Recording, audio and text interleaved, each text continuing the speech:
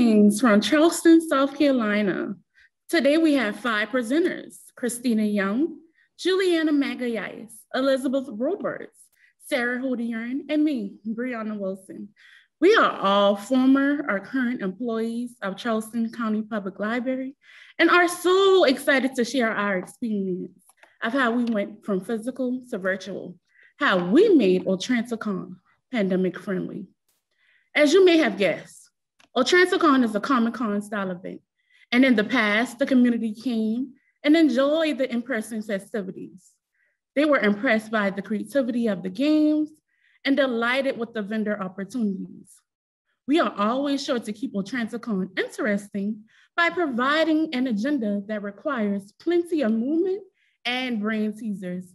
Our biggest events are the Cosplay Contest and the Fan Art Contest, which you'll be able to see here in our promo video.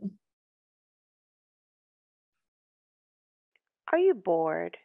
Are you creative? Do you look like this? When you could look like this? Then enter in our 2020 virtual Otrantocon Cosplay Contest for a chance to win an awesome prize. This can be your time to shine. You can cosplay as one of your favorite characters. Or you can make an original. If cosplay is not your thing, then enter in our fan art contest and show off your artistic skills.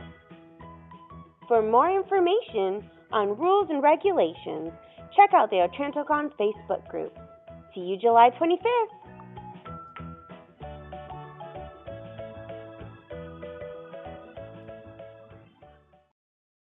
We hope you enjoyed that. It was so fun to create. Now I'll switch to Christina, who will give you some background on Otrantocon. Are you bored? Hi, my name is Christina Young, and I'm an adult services generalist with Charleston County Public Library. I served as the vendors coordinator for Otrantocon 2020. Otrantocon was the dream child of 2 librarians, Leslie Masor and myself. We attended a class on how to do cons in the library with each other for support and encouragement, the backing of our branch manager, Deborah Harris, and the support of our coworkers. We began planning Otrantocon in 2017 and hosted the very first Otrantocon on July 28, 2018. We planned this con to be similar to Comic Cons, but different in that there are activities and events for all ages throughout the con, with the hope that it would attract the 20 to 30-year-old crowd, while being an event that is usually out of reach for people in the local communities. Otrantocon 2018 had over 300 people attend with 13 vendors and performers. It was a roaring success from which we learned much. We took what we learned and made Otrantocon more structured and planned bigger, and most importantly, distributed the workload of planning and executing Otrantocon by creating a planning committee. With the help of the committee, we put together the Otrantocon 2019, which took place on July 31st, 2019. This con was bigger and more diversified with over 10 vendors and performers and approximately 500 people attending. During the con, there were outside games, food, activities, and crafts throughout the library. There were people everywhere. The year of 2020 was supposed to be our biggest yet. We had grand plans, all of which were quickly adjusted. I will pass this on to my colleague, Julliana, who can explain just how we decided to go along the path we did to create virtual Otrantocon 2020.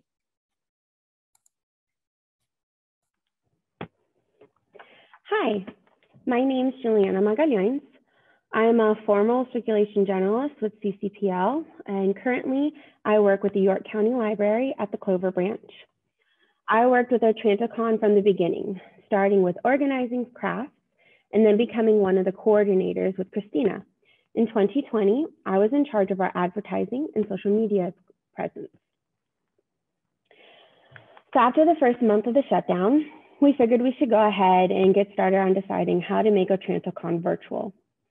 The team attended a few different virtual cons to see how they were done and to see what we liked and didn't like. Two of the virtual events we participated in were Y'all Stay Home, the virtual version of Y'all West, and the Everywhere Book Fest. They were a lot of fun and informative, but they weren't super helpful. They were big events, countrywide events, and we didn't have a countrywide budget, nor did we have the same resources.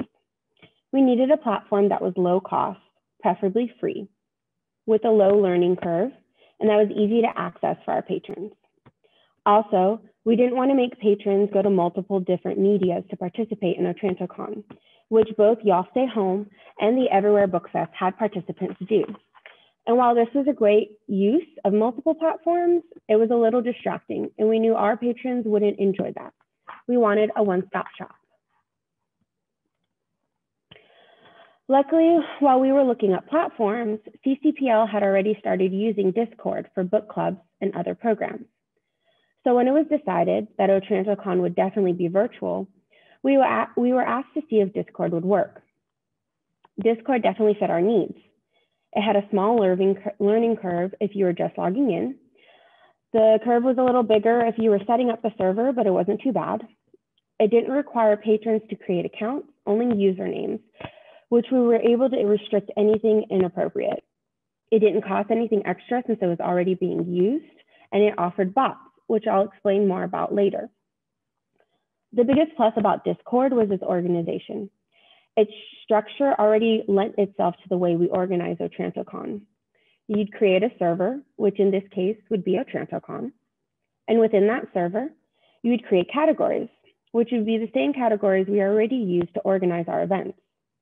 Then within those categories, you would create channels. The channel is where the content and interactions would take place. We already divided up Otranto by categories: vendors, games, and crafts. So in Discord, we just created each event under its appropriate category. For example, Book Wizard under games and the Dragon Cut craft under crafts. Now, before we get into more details on Discord, let's explain how we converted our physical events into their virtual counterparts. First, we'll start with advertising. With advertising, not much changed. We were already doing some of it virtually, like on our website and Facebook page. In 2019, we had already planned to create an Otrantocon Facebook group. So that was already in the works and was used to keep patrons up to date on Otrantocon. The main things that changed was how we distributed physical flyers and did physical interactions. The CCPL branches were closed until May 26th. And when they reopened, we went to curbside. Now, normally when you have flyers at a desk, you have a chance to talk to the patron about your event. You have a chance to sell it on it. We didn't have that option when we did curbside because the goal of curbside was to minimize contact. So our solution was to add our flyers to their curbside bags. The other issue we faced with advertising was that nothing was set in stone. It's hard to create a flyer when things change as quickly as they were last summer. What we did was a sort of save the date flyer. This flyer basically just reminded patrons that Otrantocon was still happening, without giving any set details. It was also a way to advertise our Facebook group. We then used the Facebook group to create updates and post videos. The biggest thing we did, though, in terms of advertising were our promo videos, which you saw earlier in the presentation. As I mentioned before, because we were limiting our interactions with patrons, it was hard to sell them on our event. It was also hard to share relevant information without bombarding people with a bunch of messages. And there was no guarantee that patrons were looking at the flyers.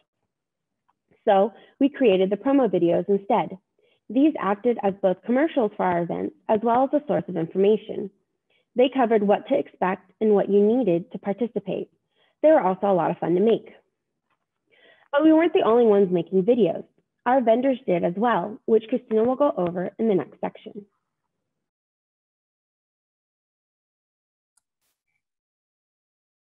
Hi, as mentioned earlier, I was the vendor coordinator for Otrantocon 2020. One thing that is most important to being the vendor coordinator is that communication is the key to success of not only getting vendors, but keeping them. However, communication with the vendors is not all you need to concern yourself with.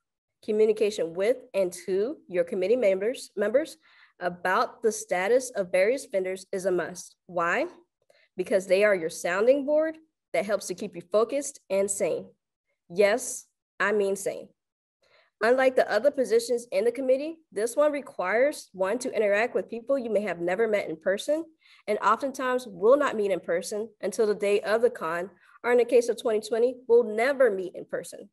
You will be communicating through Facebook, text messages, phone calls, video calls, and an extraordinary number of emails. During the process of communication, you will be ghosted, you will be misunderstood, and you will have to repeat yourself several hundred times.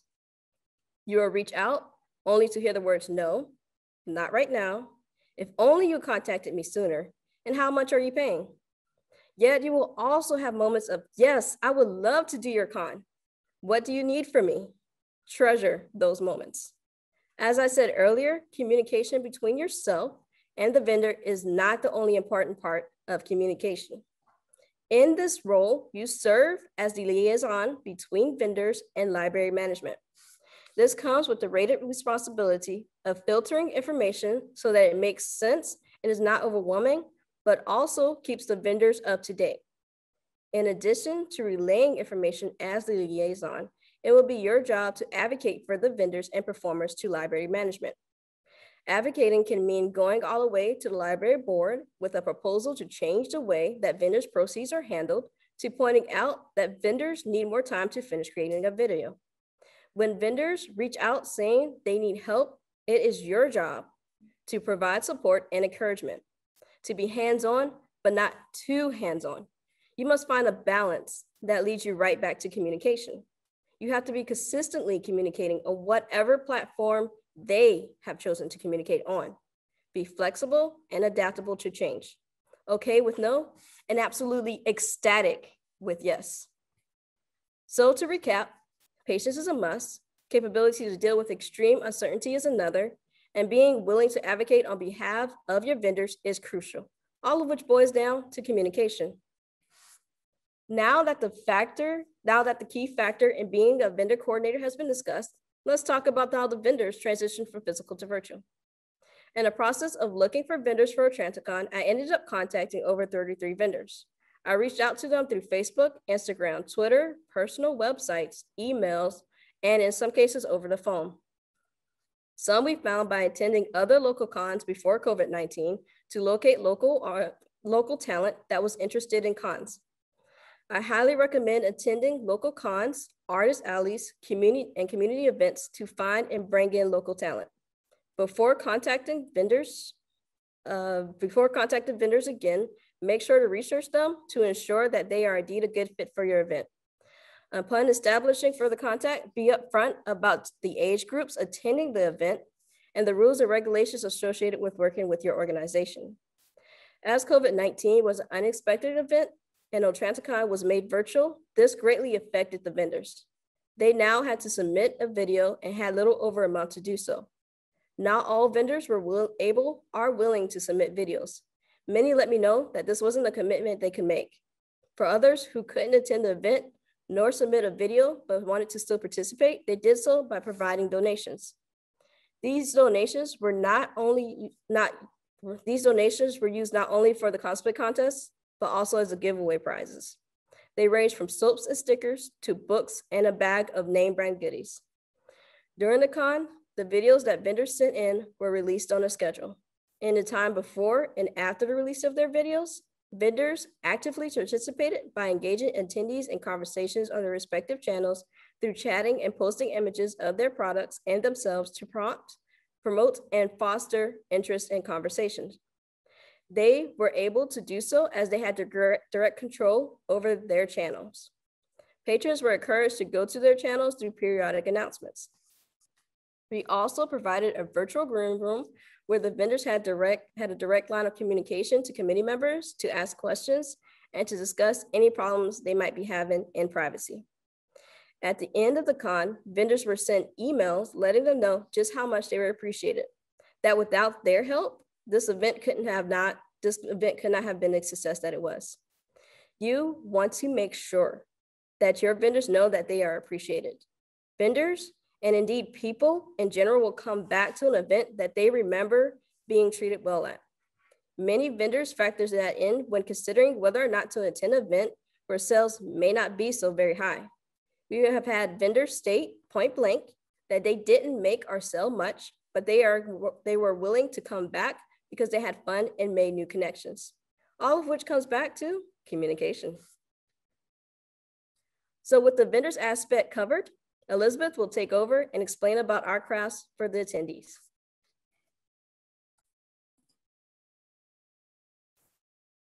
Hi, my name is Elizabeth Roberts, and I'm a children's librarian with the Charleston County Public Library. 2020 was my first year working on Otrantocon, and I served as the craft coordinator. The original plan was to offer 4 crafts total, 2 for kids and 2 for teens and adults. Each craft would be available for an hour in a designated craft area, and these crafts would be overseen by 2 staff members who would be available to explain the craft and offer assistance as needed. When the decision was made to take Otrantocon virtual, there were several factors that needed to be addressed. Are the current crafts conducive for take-home crafts? How do we get the crafts to interested parties? And how can we get craft engagement on the Discord server? While reviewing the crafts we originally planned to offer, we looked at several factors. Could the supplies be easily distributed through curbside? Were the supplies that wouldn't be included in the kits items most people might have at home, for example, scissors, markers, glue, that kind of thing? And finally, could we easily get the supplies in hand with shipping delays and limited store availability? When we looked at the 4 originally planned crafts with this criteria in mind, it was decided that 3 of the 4 would work as take-and-makes.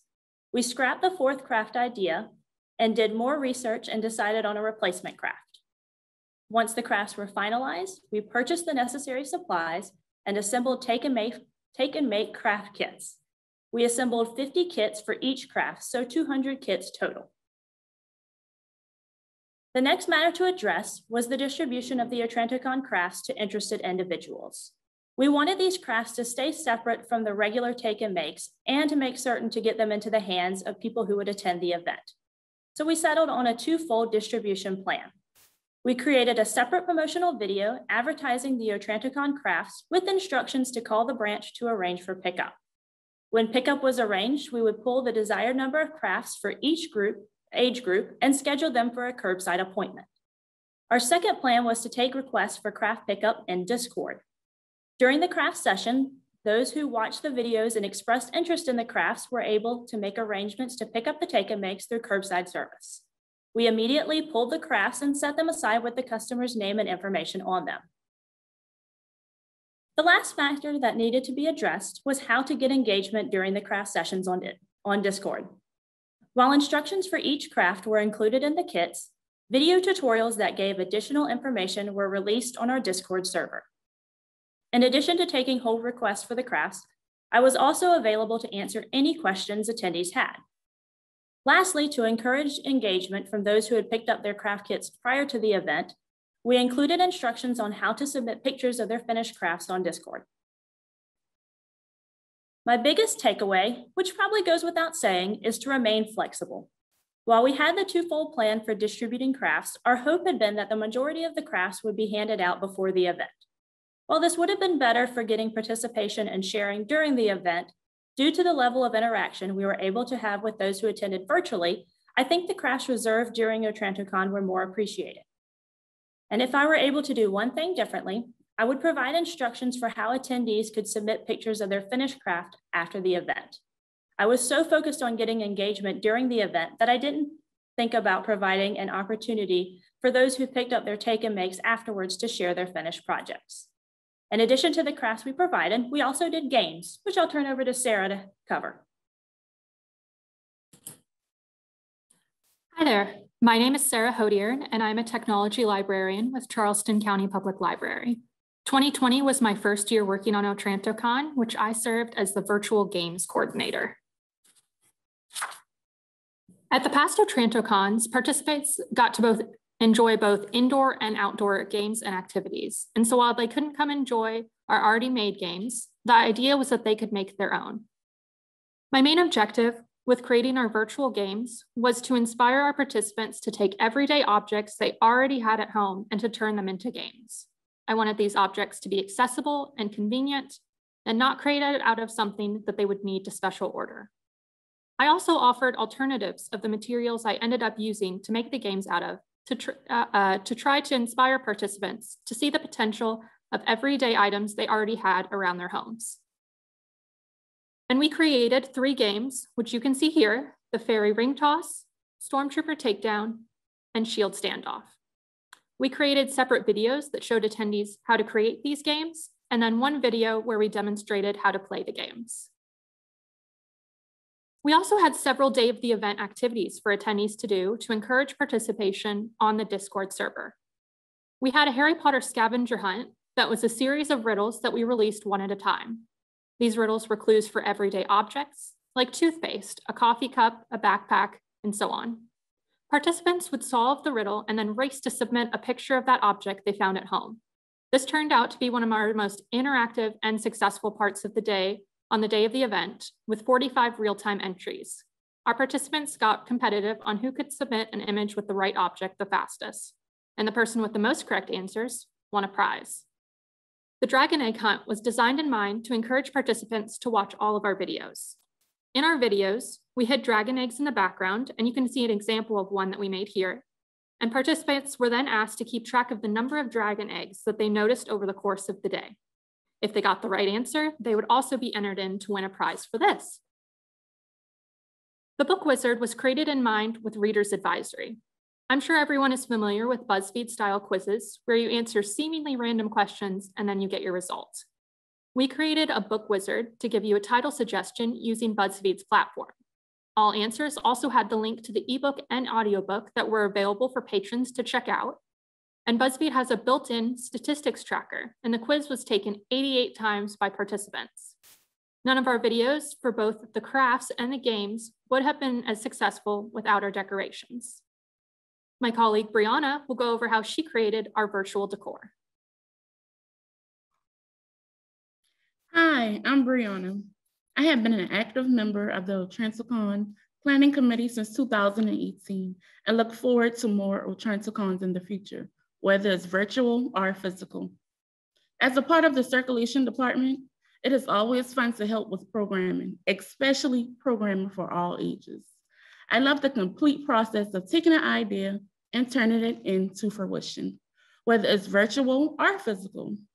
Being over decorations was one of the fun tasks, but had equal importance.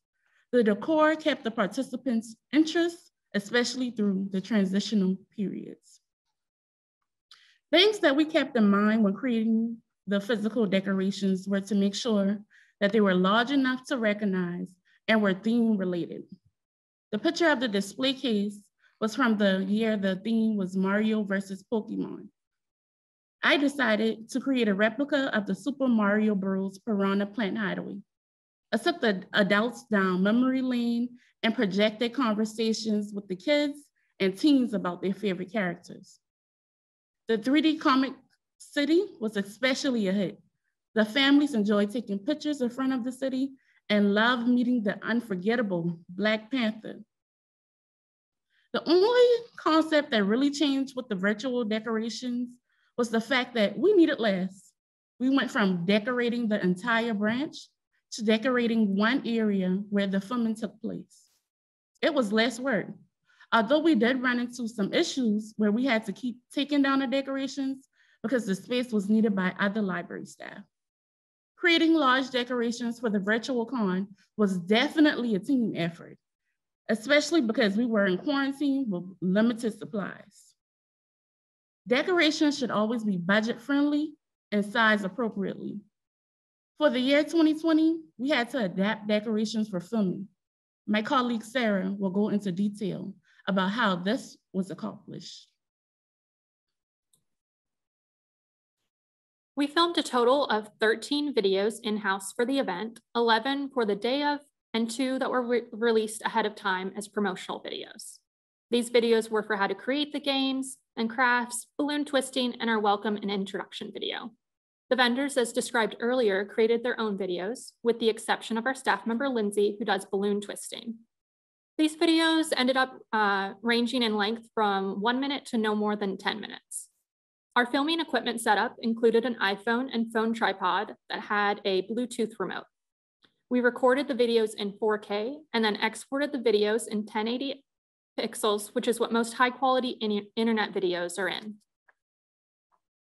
For editing the videos, I used a software that I already had available to me, which is iMovie, and it's an Apple-specific application.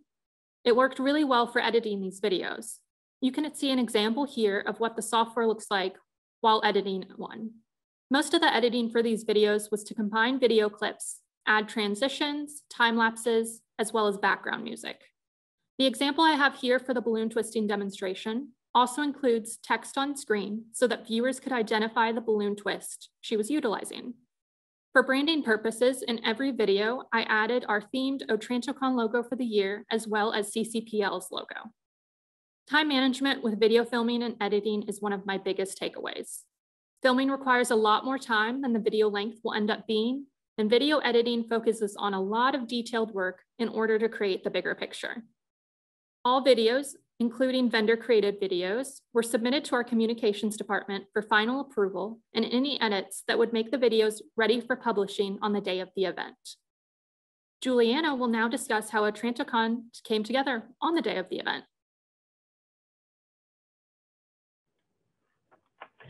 Alrighty, so now for the final product. We went through all this work to create a virtual program, and now it's the day of truth. We had Otrantocon on July 25th. It was a 5-hour-long event, which is what it would have been if it was an in-person program. We created an itinerary, which you can see on the slide, with 16 events.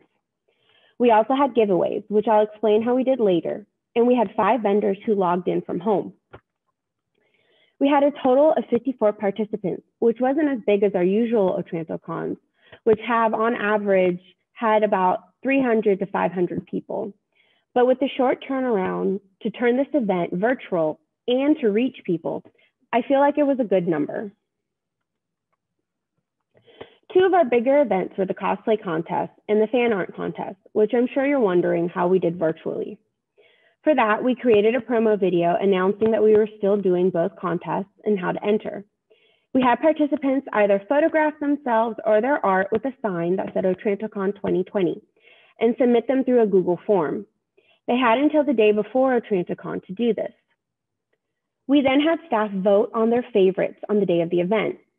We did think about having participants vote, but we're worried it would be too overwhelming with everything else to keep track of.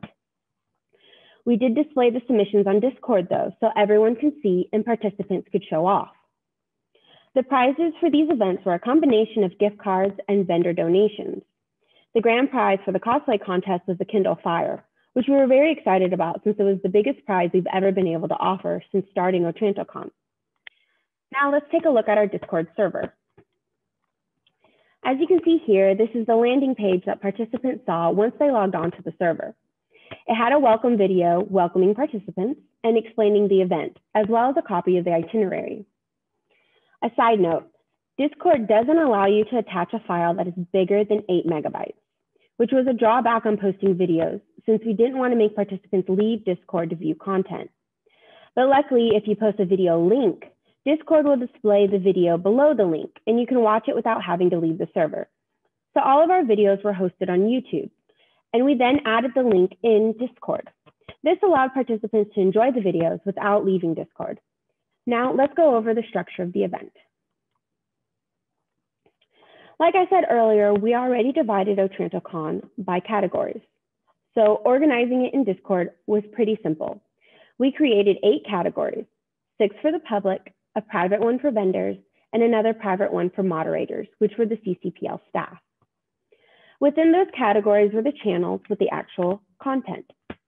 For example, under crafts, we had a pop tap bracelet channel with a video showing how to make the craft. In the activities channel, we had games and scavenger hunts. Under vendors, we had a channel for each vendor with their videos posted. We also had an information channel, which was where the welcome video was located, as well as Discord tips, Ask a Moderator, and the most important, the announcements channel, which I'll talk more about later when I talk about bots. What I like most about Discord is that everything can happen at once. You can be looking up vendors in the vendor channel and then jump over to the cosplay contest, and then look in on the craft videos. all in the same place. You didn't have to leave Discord to participate unless you wanted to go look at a vendor's social media page. It was easy to keep track of as a moderator as well, and according to the surveys we sent out after the event, Discord was easy to navigate and well-liked. Now, one of the coolest things about Discord is the ability to use bots. Bots are created to do certain functions in Discord. They are usually made by a third party, so if you ever use one, I would recommend researching how long it has existed and if there are any bugs or malware associated with it. We use the giveaway bot for our giveaways. It was super simple to use. I had a giveaway channel under the moderators category, so only staff could see it. And that was where I would enter the commands to trigger the bot. Most bots have a list of commands for interacting with it. To activate the giveaway bot, you had to type !G create. Then the bot would ask you what channel you wanted to put the giveaway in, how long it would last, how many winners you wanted, and what the prize was. It would then make an announcement in the channel you selected with the info, and then after the time limit ended, it would randomly select a winner. You can even do a redraw if needed. This bot was so helpful and freed us up so we could focus on the program. I used the announcements channel to notify everyone of giveaways and to congratulate winners. I also used it to announce when an event or vendor was going live. We had 21 giveaways in total, and I had winners direct message me in Discord where and when they wanted to pick up their prizes. Bots are super helpful, and there are so many different kinds out there. But like I said before, they are made by third parties, so you do have to be careful. Now, I'm sure you're wondering about the amount of labor it took to put all this together, and Christina is going to answer that in the next slide. Over the time that Otrantocon has taken place in person, the number of volunteers and who has volunteered changed. However, one thing has not, that the Otranto library staff, from the branch managers to the library pages, all helped in making Otrantocon run smoothly. Our branch manager, Deborah Harris, helped to turn Otrantocon from an idea to a real program by changing library policies. After Ms. Harris retired, Rayburn Turner became branch manager and continued the efforts begun by Ms. Harris by providing support and encouraging this growth in the time of upheaval that 2020 brought. He never lost faith or determination in seeing the Otrantocon Planning Committee pull off the con for 2020. Leslie was the other part of the duo who created Otrantocon and turned it from an idea to a reality. While the Otrantocon Planning Committee usually consists of 4 or 5 core members, Otrantocon could not have been the success it was without the help of the Otranto staff, members of the Charleston County Public Library System, and volunteers. So please hear me when I say treat your staff members and volunteers well, before, during, and after the event. Make sure they know that they are being listened to and appreciated. Oftentimes, when we came against a wall, a well-placed idea came from one of our coworkers. That was liquid gold. Speaking of team members, I will pass it now to Bre'Ana. Overall, as a team, we have learned that unity is strength when there is teamwork, and with collaboration, wonderful things can be achieved. Above the many things that we discussed today, the main tip that we would like for you to remember is that with teamwork, flexibility, proper time management, and significant advertisement, your next event will be a complete success. So now that we have presented from physical to virtual, how we made Otrantocon pandemic friendly, questions?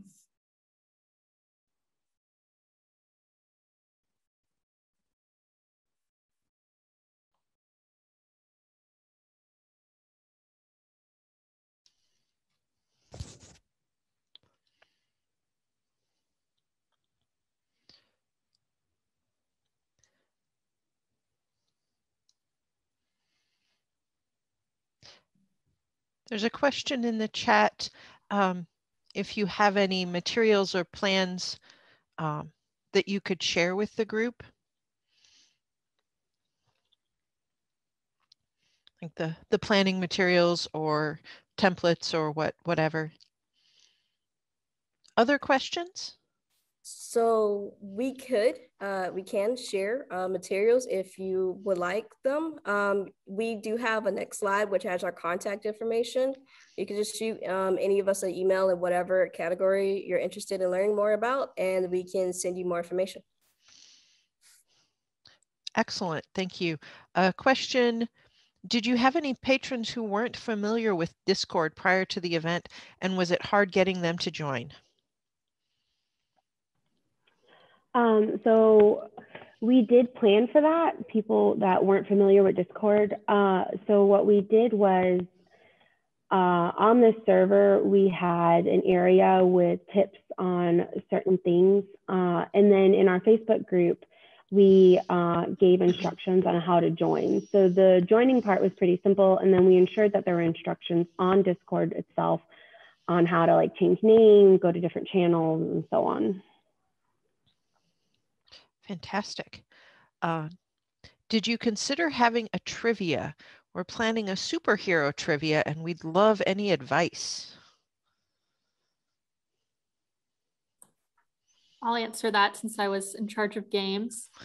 We didn't consider a trivia, but that's an excellent idea. And I would love to see how that would work, especially with how interactive our scavenger hunt was. I think trivia would definitely be something that could work really well on the Discord server. And the server really lends to a format like that, definitely.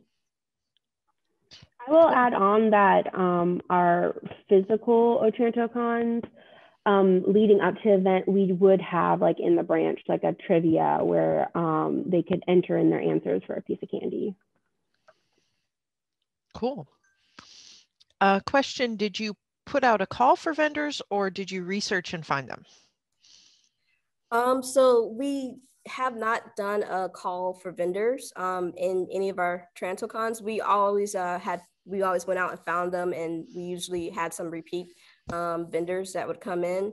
But yeah, attending local events such as local cons, local artist alleys, local just like regular community events that have nothing at all in common with your con. You can usually find some artists or some type of organization that might be a good fit, or also contact your local libraries, your state library. Our state library usually came down with they have virtual reality equipment, and they would come down and bring that so the participants could utilize that.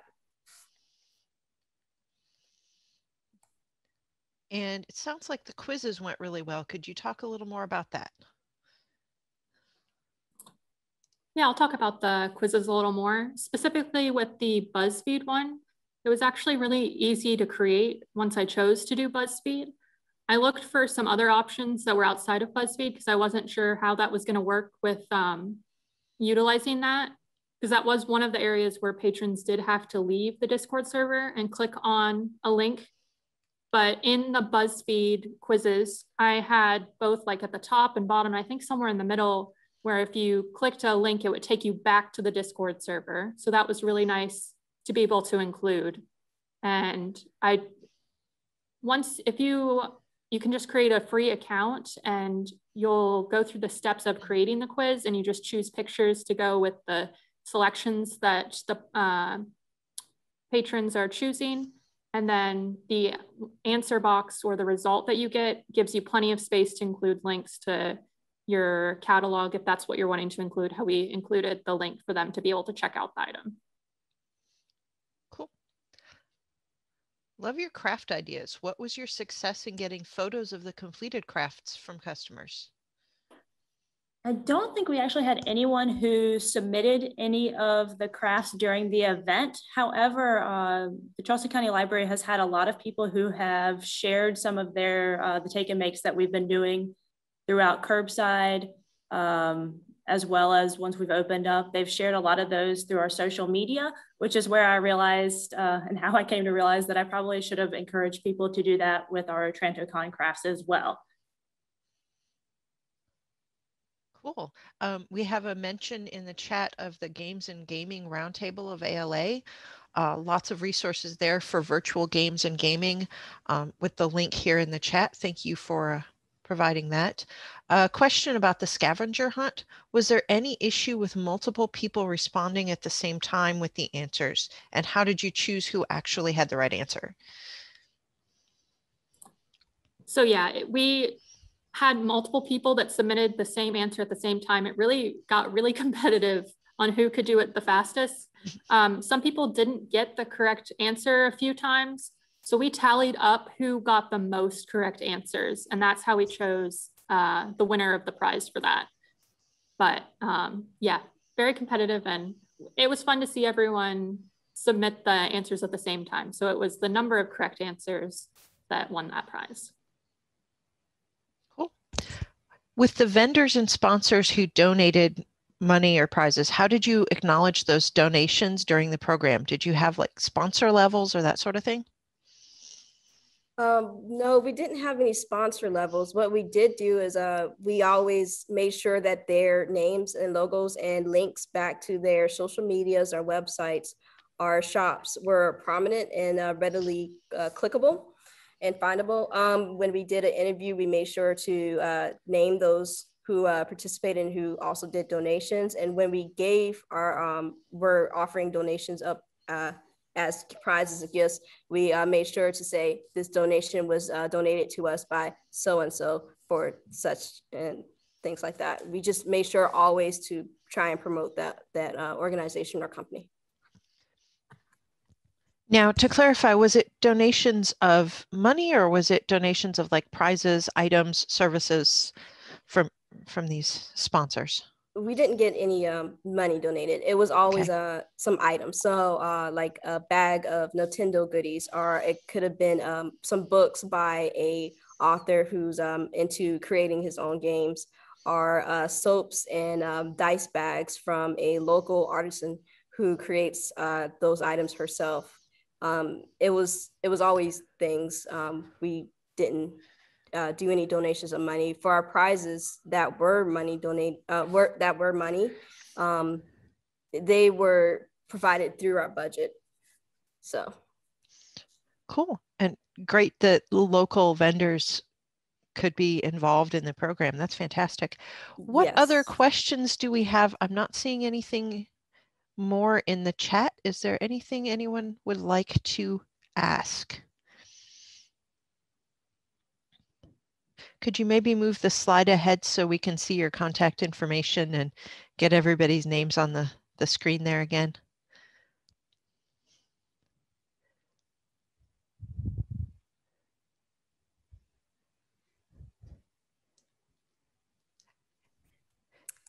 And thank you for the shout out for our checkout kits, State Library, South Carolina. Kudos for including staff in all departments. Yes, well, at Charleston County Public Library System, we treat everybody similar. There is no real distinction. Everybody has the capability to do what everybody else is capable of doing. Nobody's treated lesser than because of their position. One thing I did want to say is if you had any other questions that couldn't be answered today, or if you think of something later that you would like to know more about, please don't hesitate to reach out to any of us using our contact information here. And we just want to say thank you very much for joining our presentation.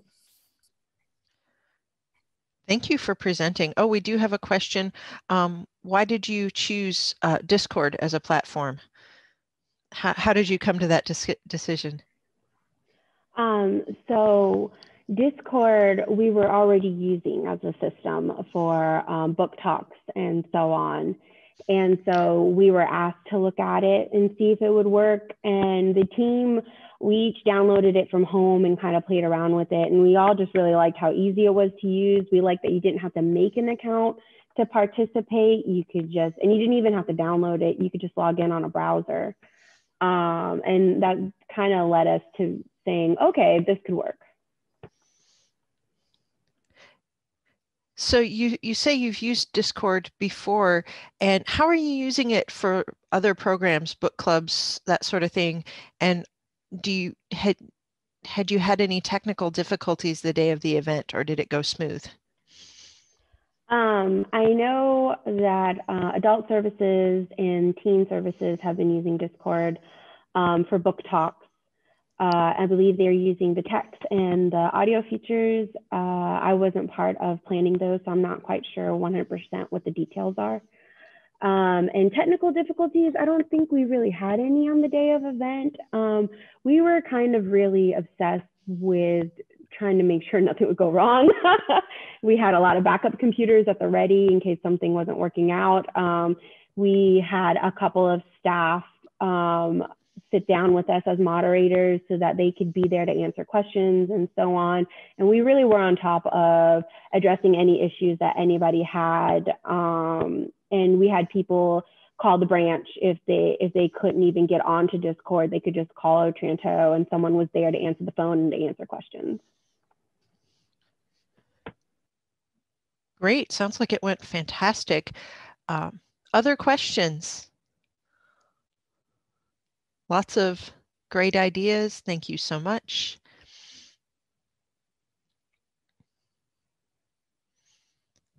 Any follow-up, like lessons learned or best tips, suggestions?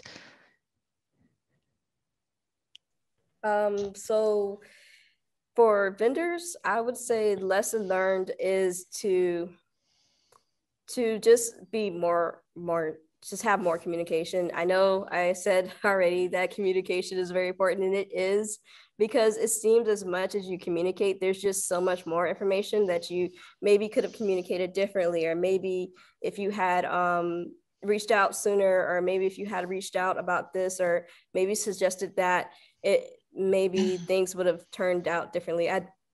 But yeah, communication, just a lot more communication. It seems to would maybe help.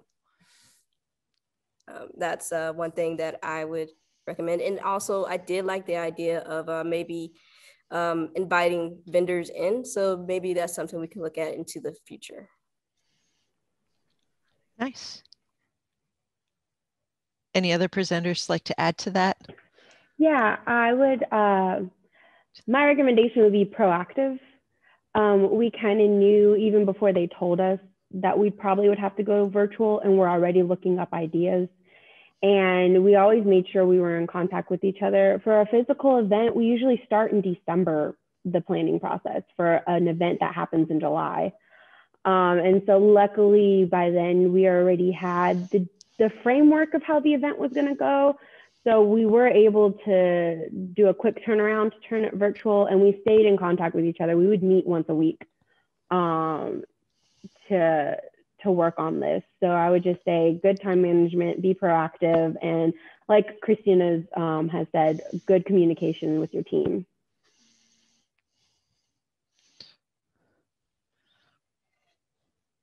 Wonderful. Thank you for sharing this. Any of the other presenters like to chime in? We still have a few minutes, but you've covered everything very thoroughly. I'll just add on real quick about filming and editing. There's a lot of software you can use out there. I said iMovie was what I ended up using. There's a lot of great free software you can use to edit your videos that's readily available. And we are very lucky to have our communications team who then looked over it to make sure the edits that I was making looked good, because they're the communications professionals in it. And so yeah, and what Julliana said about time management, and I touched on it earlier with filming and editing, it takes a lot longer than you think it does to put together these videos, because we took a ton of takes to do our video games demonstration video. So yeah. Yeah, that's been my experience as well with videos. Great. Looks like we don't have any further questions. If anyone would like to follow up with anything with the presenters, please do so.